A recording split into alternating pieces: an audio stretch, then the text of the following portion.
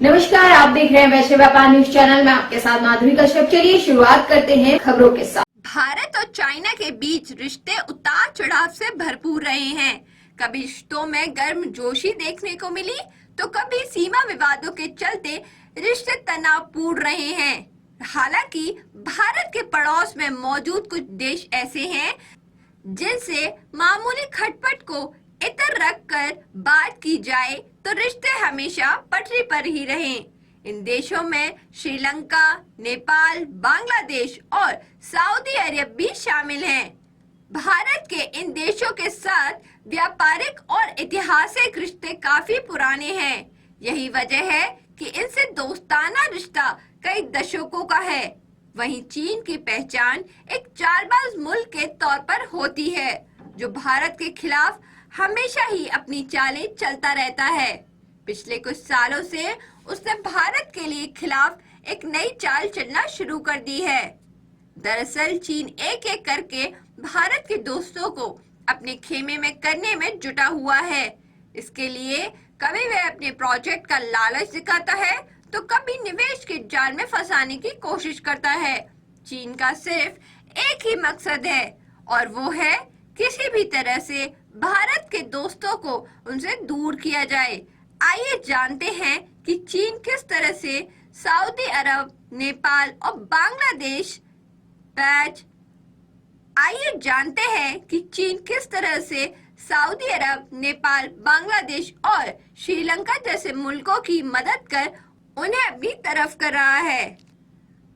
भारत और सऊदी अरब की दोस्ती आजादी के बाद से ही है।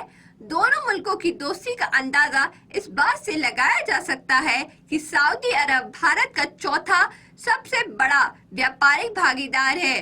दोनों देशों के बीच हर साल लगभग 29 अरब डॉलर का व्यापार होता है। सऊदी में रहने वाले भारतीयों की तादाद भी लाखों में एक है। हालांकि इन दिनों चीन सऊदी अरब की चौखट पे पहुंच हुआ है।